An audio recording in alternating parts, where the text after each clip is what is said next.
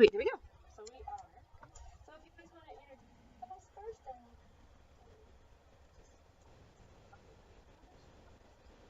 My name is Christine Mathias. I'm the new director of the Placitas Library here. So I'm very new. I've been here for about 3 months, and yeah, so I'm the only paid employee here. So this is almost entirely volunteer-run library, and so I'm still learning a lot about the history of this library, which is why I brought along two of our wonderful volunteers.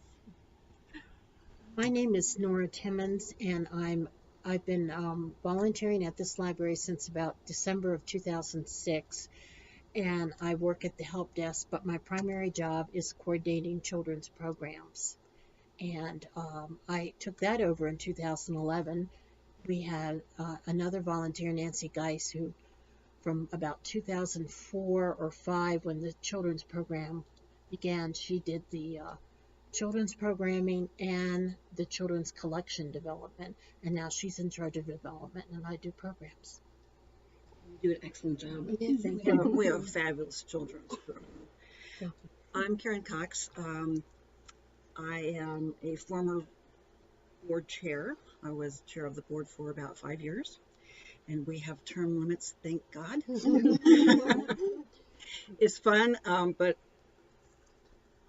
I love this library. I can just feel my face light up whenever I talk about it. So right now I volunteer on landscaping. I take a couple of shifts at the help desk. We're starting to work on a big fundraiser to kick off our capital campaign. We're wanting to add on to the library because we need space. So I do a lot, and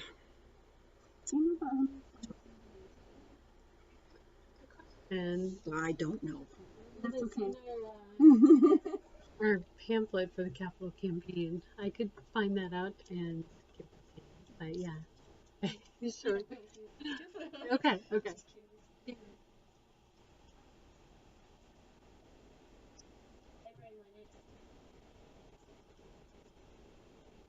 Oh, the library started in 2003. A woman named Susan Strasia put an ad in the Sandoval signpost and said, "We need a library. Who wants to help me?" And a bunch of people showed up. There was a long conversation about whether it be private with a membership fee. By the next meeting, they had done enough research that they figured out it had to be a community library because they simply couldn't raise that much money. Peppy Strahl donated a building. It had once been used for some auto mechanics, so it had a rather deep oil pit. They were donated shelves from the Los Alamos Library. People donated the big desk. We were donated books from all over. People came in and they cleaned and they ripped up old carpet and they painted. They put in new windows and a swamp cooler, and decided they had to have a cat because of the mouse problem. And so as soon as they moved in, they started raising money for this building, which we are in now. This was 2006. Oh, okay.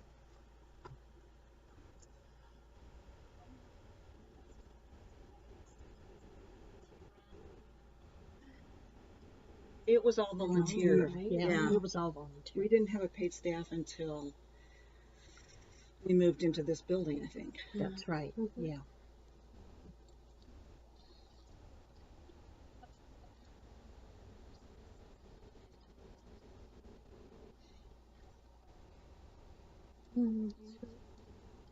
Yeah, so the amount of programming we have here is amazing.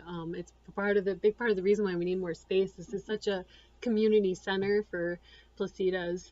One of the really cool things about this library is that Placitas has such a big art community, and so we have an art exhibit in our meeting room every month. All month long, we show artwork from local artists, and we have a monthly exhibit where you can meet the artists, and also uh, the artists are able to sell their art here. A little bit of revenue goes to the library. So that's a really cool thing. But then every month we have a lot of children's programs, a lot of adult programs. Yeah, either of you want to talk about some of those Yeah, programs? we do have a lot of children's programs. We've done a variety of things. We've done story hours for little ones and for older elementary ones. We have activities. Now we're trying to combine them into like making family story hours so that we can divide the groups, the children by age, and provide appropriate activities. We're trying Saturday mornings now primarily, so that we're not as in conflict with other school programs and things like that. Only with sports now would we be in conflict. Um, we try to have programs that involve animals a lot because that children are guaranteed to like those. We have arts and crafts. We use the local artist resource as much as possible. We One of our most popular programs is our summer reading program, and I think that was one of the first things they did back in 2004. And we have this summer we use the national program, the CSLP program, and it's a universe of stories for this summer, and it deals with space program and just international stories and any kind of tales or folk tales or fairy tales, or actually fairy tales is next summer, but we're just going to have a lot of programs. I've already lined up about 3 dealing with space: the Explorer Museum, the Curious Chris, the singing scientist lands on the moon. So fun. I saw a snippet from that program at an in-service, and it's going to be fantastic. And I have some other. Oh, and the Opera Unlimited is coming back to our library, and they're going to be doing probably Jack and the Beanstalk.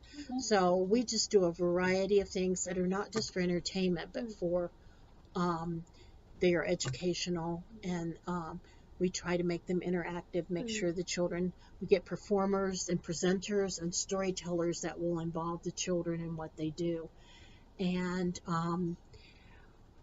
this is not a community with a lot of children, but when we get a good turnout, it's between 15 and 25 kids that come to our programs. And sometimes it's less. It just depends on what else is going on in the community. So we have a lot of different things that we try, and we're always willing to try something new. Authors, we try to get local authors to come in.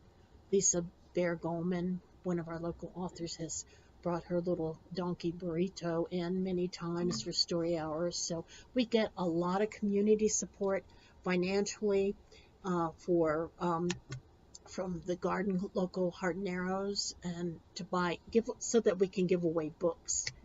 And we need that kind of support to be able to help children start their own personal libraries at home. And groups like that help us do that, so that the children appreciate that. They get very excited about new books, rather as opposed to little toys and trinkets, So we're having a lot of success with that.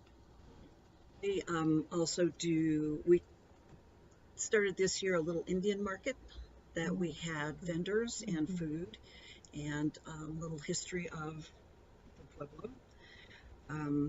We have a program called Music at Sunset, and it's kind of the last program of the summer. It's to start off the new school year. We have star parties with the astronomy group from Albuquerque. They come in. And we're also a voting site.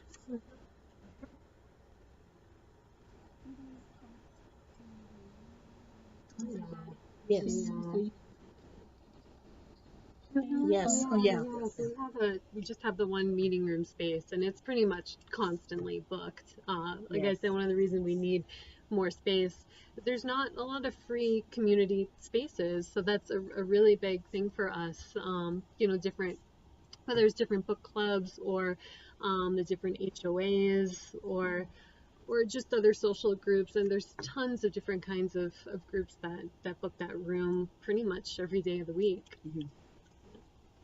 Another big thing that's they're using our space a lot. It's called PACE. I forget what the acronym is. Placitas Adult Continuing Education. Yeah. I think that's it. Yeah. They're a nonprofit based in Placitas, and they offer educational classes to people in the community over a certain age. So, and they've been using our space to host those classes. So, it's been a really great partnership for us. Yeah. Yeah, I took the class on Othello. It was fabulous. It was the most fun to sit around for a couple of hours and discuss this play that Shakespeare never expected to make it beyond that performance. So, great class. I want to get your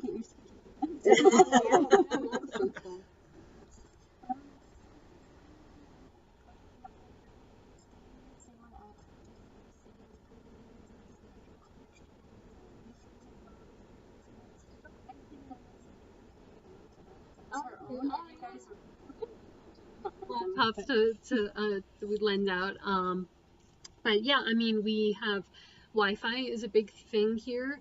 Not all of Placitas has a strong internet connection or really any internet connection that's usable. So a lot of people, this is the only place they can access the internet is to come to the library, and it's free. Anyone can bring their devices or use one of our computers here or borrow a laptop. So that's definitely a big thing. And you know, we also offer fax copies, that kind of stuff. We, in fact, we're the only fax copier open to the public in the community. So, yeah, that was a cool thing. The one lovely feature that we have here is the labyrinth. Yes, that's very nice. Several people on the board had talked about having a labyrinth. And so while I was chair, this is my big accomplishment. We kicked it off. A lot of labor involved. We spread a lot of kosher fine and did that kind of basic work.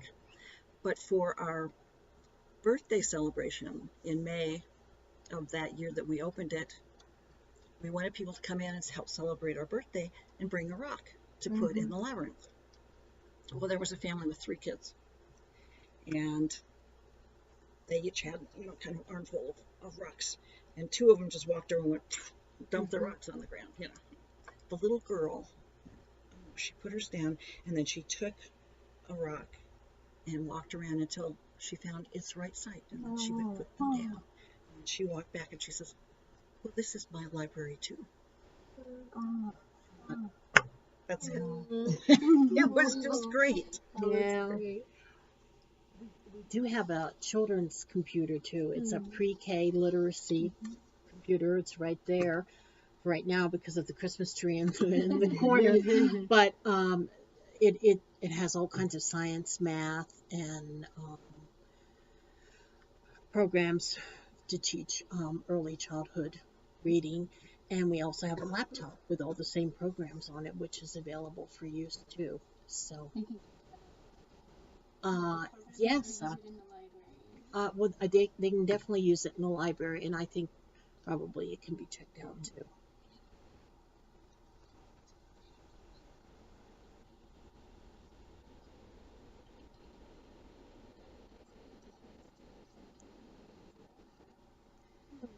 Well, the other one that was suggested to me was the fact that Placitas doesn't have a lot of internet access. And there's a section of the community that doesn't really have a lot of computer knowledge. We had a woman that came in, and she was applying for a job. She needed a resume. She'd never touched a computer. People from the help desk and probably the director went over. They sat down with her. They showed her how to use the computer, gave her a basic lesson, helped her write her resume, helped her fill out her job application. And if it hadn't been for that, this woman would never have gotten a job. So to just have the time and the knowledge for someone to come in and say, "Can you help me?" It was great. Yeah.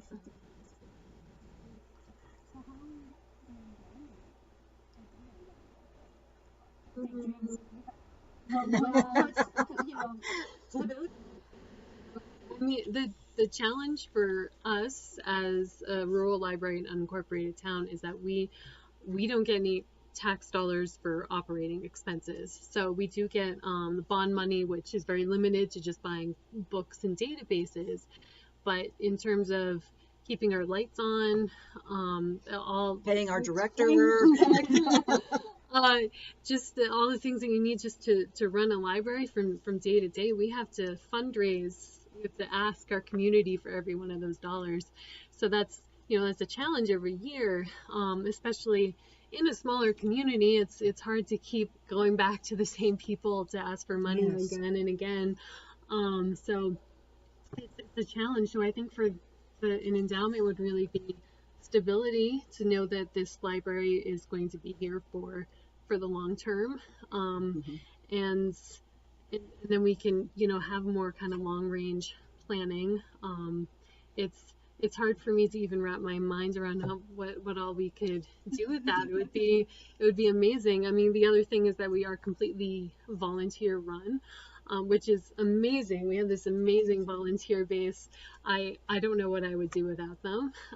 But if we had the money to even have one other part-time employee, just again to offer some kind of stability and support, it would mean so much to just make sure that this library is still here for the community.